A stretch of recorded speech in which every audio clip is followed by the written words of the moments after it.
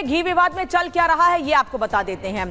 दरअसल अब एक घी सप्लायर को केंद्र का नोटिस भेजा गया है। केंद्र ने उसे एक नोटिस भेजा है मिलावट को लेकर। सैंपल फेल होने के बाद ये नोटिस जारी किया गया और कई सवाल पूछे गए हैं। सबसे बड़ा सवाल मिलावट को लेकर ही पूछा गया है कि किन किन चीजों की मिलावट इस घी में की जाती थी। सैंपल फेल होने के बाद ये नोटिस भेजा गया है। सुप्रीम कोर्ट में जनहित याचिका भी इस मामले में दाखिल की गई थी, क्योंकि प्रसाद तिरुपति सीधे सीधे लोगों की श्रद्धा का केंद्र है और इसीलिए इस पर सवाल पूछे गए हैं। याचिका में मामले की जांच की मांग भी की गई है। जो याचिका दाखिल की गई सुप्रीम कोर्ट में, उसमें मामले की जांच की मांग भी की गई है। वीएचपी ने मंदिर प्रबंधन का मुद्दा उठाया है और वीएचपी ने कल इसको लेकर एक बड़ी बैठक भी की थी। उस बैठक में यह मुद्दा उठाया गया था और साथ ही कहा गया था कि सरकार नहीं बल्कि हिंदू संगठन इन मंदिरों का रखरखाव करें। मंदिर प्रबंधन हिंदुओं को देने की मांग की गई थी और कल की बैठक में यह प्रस्ताव भी रखा गया है। अब इसको लेकर आगे की रणनीति और आगे कदम उठाने की तैयारी विश्व हिंदू परिषद कर रहा है कि हिंदू संगठन तमाम मंदिरों की तैयारी करें, तमाम मंदिरों के रखरखाव को देखें। और आगे बढ़ते हैं, इधर राजधानी लखनऊ में सैलून में थूक लगाकर मसाज देने से लेकर सहारनपुर में थूक लगाकर रोटी बनाने के मामले तक न जाने कितने दर्जनों विक्रेता और दुकानदार सामने आ चुके हैं। अब ताजा मामला शामली से सामने आया, लेकिन शायद ये अपराधी भूल जाते हैं कि यूपी में योगी की पुलिस ऐसे ही अपराधियों के खिलाफ जीरो टॉलरेंस की नीति के तहत काम करती है और इन्हें अपने किए की सजा भी भुगतनी पड़ती है। एक रिपोर्ट आपको दिखाते हैं।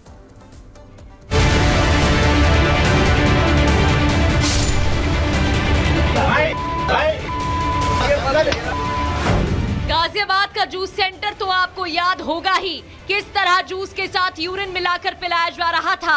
अब यूपी के ही शामली में थूक मिलाकर जूस परोसने की नफरती तस्वीरें सामने आई हैं। आरोपी का वीडियो सीसीटीवी में कैद हुआ है। आरोपी जूस में थूकते नजर आ रहा है। दुकान पर लोग अपनी सेहत के लिए जूस पीने जाते हैं, लेकिन हद है, शर्म है, बेशर्मी है ऐसे लोगों पर जो जूस में थूकते हैं और अपनी जाहिल सोच का प्रदर्शन करते हैं। हालांकि ये कोई पहली बार नहीं है जब इस तरह की करतूत सामने आई हो। इससे पहले भी उत्तर प्रदेश के कई जिलों से ऐसे मामले आ चुके हैं और हैरानी की बात तो ये है कि इनमें से ज्यादातर दुकानदार विशेष समुदाय के हैं।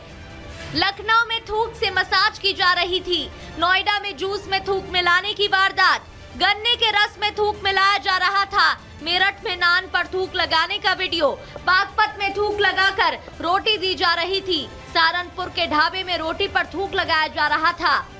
यूपी पुलिस ऐसी नफरती मानसिकता वाले जिहादियों को सबक सिखाने के लिए सख्त रवैया अपना रही है और ऐसे दुकानदारों पर कड़ी कार्रवाई भी कर रही है। इन मामलों को देखते हुए ही सीएम योगी ने उत्तर प्रदेश में अपराधियों को 2 टूक हिदायत दी थी। भगवान श्री कृष्ण एक हाथ में मुरली है तो दूसरे हाथ पे सुदर्शन भी तो है उनके हाथ में। केवल मुरली से काम नहीं चलेगा, बल्कि सुरक्षा के लिए सुदर्शन भी आवश्यक है। इससे पहले भी गोरखपुर में जब सीएम योगी आदित्यनाथ एक फ्लोटिंग रेस्टोरेंट का उद्घाटन करने पहुंचे थे, जहां उन्होंने ऐसे जूस विक्रेताओं और दुकानदारों पर चुटकी लेते हुए कहा था कि ये अच्छी बात है कि इस नए रेस्टोरेंट में जो भी परोसा जाएगा वो शुद्ध होगा। आखिर गोरखपुर के जो लोग बाहर काम करते हैं या पूर्वी उत्तर प्रदेश के जो लोग बाहर काम करते हैं, आखिर उनकी भी तो इच्छा होगी कि उन्हीं के घर में उनको सुविधा प्राप्त हो। और अच्छा है, यहाँ पे जो मिलेगा कम से कम वो हापुड़ वाला जूस तो नहीं मिलेगा ना, या थूक लगा करके वे रोटियां तो नहीं मिलेंगी, यहाँ तो शुद्ध मिलेगा जो भी मिलेगा। फिलहाल पुलिस ने मामले में आरोपी को गिरफ्तार कर लिया है और सभी जूस विक्रेताओं और दुकानदारों को ईमानदारी के साथ काम करने की नसीहत दी है। लेकिन सवाल खड़ा होता है कि ऐसा क्यों हो रहा है, किस सोच के तहत ऐसा किया जा रहा है। Bureau report, Republic Bharat. जो भारत का दुश्मन है वो उसे पाकिस्तान वेलकम करने वाला है। उसके लिए पाकिस्तान रेड कारपेट बिछाने वाला है। नफरती तकरीरों और नफरती भाषण के लिए जाने जाने वाला जाकिर नाइक अब पाकिस्तान जाने वाला है। रिपोर्ट देखिए।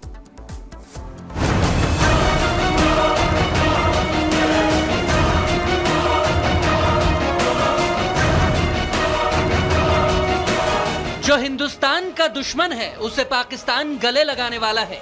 जो भारत में आतंकी घोषित हो चुका है उसे शहबाज के मुल्क में रेड कारपेट वेलकम किया जाएगा। जी हां, भड़काऊ भाषणों और नफरती तकरीरों के लिए कुख्यात जाकिर नाइक पाकिस्तान जाने वाला है। पाकिस्तान वीज़ा मिलने तो मेरे लिए तो एक फ़ोन कॉल था। मैं 91 में गया था। मैं तो पाकिस्तान से मोहब्बत करता हूँ। बाहर जब जाता था, मैक्सिमम दुनिया में अगर कोई भी एम्बेसडर से मिला, वो पाकिस्तानी एम्बेसडर। सुना आपने, जो आतंकिस्तान भारत में दहशतगर्दी फैलाता है वो अब खुलेआम आतंकियों को बुला रहा है। लेकिन आतंकी जाकिर नाइक पाकिस्तान में क्या करेगा, किससे मिलेगा, वो सब कुछ आपको बताएंगे। पहले सुनिए वो कैसे भारत के नाम से कांपता है। एक भगोड़ा भारत आने से आखिर क्यों डरता है? इंडिया जाना तो एकदम आसान है, बाहर निकलना मुश्किल है। जाना तो इन्होंने तो रेड कार्पेट देगी, जाओ भाई आओ, अच्छा अंदर आओ, जेल में बैठो, अरेस्ट कर लेंगे वो, जाहिर है। अच्छा उनके लिस्ट में तो नंबर 1 टायर है जाकिर नाइक। ये आतंक फैलाने का जो काम करेगा वो भारत में आतंकी ही तो कहलाएगा। इसीलिए तो इस्लाम के प्रचार के नाम पर अपने भाषणों से नफरत फैलाने वाला भगोड़ा जाकिर नाइक पाकिस्तान जा रहा है। जाकिर पाकिस्तान ऐसे वक्त जा रहा है जब वो कुछ दिन पहले ही वक्फ बोर्ड के मामले को लेकर भारत के मुसलमानों को भड़काने की नापाक कोशिश कर चुका है। कांग्रेस का हाथ हमेशा आतंकियों के साथ रहा है और इसी कॉन्फिडेंस के चलते जाकिर नाइक को भी लग रहा है कि यदि कभी इंडिया अलायंस कांग्रेस की सरकार आ जाएगी तो मैं फिर से भारत आ जाऊंगा। परंतु इंडिया अलायंस की और कांग्रेस की सरकार देश की जनता कभी वापस लाने नहीं वाली है। जो भारत में मुसलमानों को भड़काता है वो पाकिस्तान का खास मेहमान बनकर यात्रा पर जा रहा है, जिसका ऐलान खुद जाकिर ने अपने ट्विटर हैंडल से किया। इस पोस्ट के मुताबिक जाकिर और उसका बेटा पाकिस्तान में भाषण देने वाले हैं। शहबाज सरकार के न्योते पर ये दोनों ही 15 दिनों तक पाकिस्तान में रहेंगे। पाकिस्तान के 3 शहरों में ये 5 अक्टूबर से लेकर 20 अक्टूबर तक अलग अलग जगह तकरीरें करेंगे। इनमें कराची, लाहौर और इस्लामाबाद जैसे शहर हैं जहां जाकिर लोगों को बरगलाने का काम करेगा। जब डिसाइड किया होगा अभी इंडिया जाने के चांसेस तो बहुत कम है, अभी पाकिस्तान जाने में कोई हर्ज नहीं। पाकिस्तान में तो वेलकम करेंगे, काफी दावत है, काफी लोग जानते हैं। सोचिए, बर्बाद हो चुका एक मुल्क जो आतंकवाद के चलते सड़क पर आ चुका है। आवाम को खाने के लाले पड़े हैं, महंगाई 7वें आसमान पर है। लेकिन शहबाज सरकार क्या कर रही है? एक आतंकी के लिए पलक पावड़े बिछा रही है। लेकिन वही आतंकी जाकिर नाइक भारत क्यों नहीं आता? तो कहता है जब मोदी नहीं रहेंगे तब आऊंगा। यही फर्क है आतंक को पालने और आतंक के खात्मे करने वाले में। Bureau report, Republic Bharat.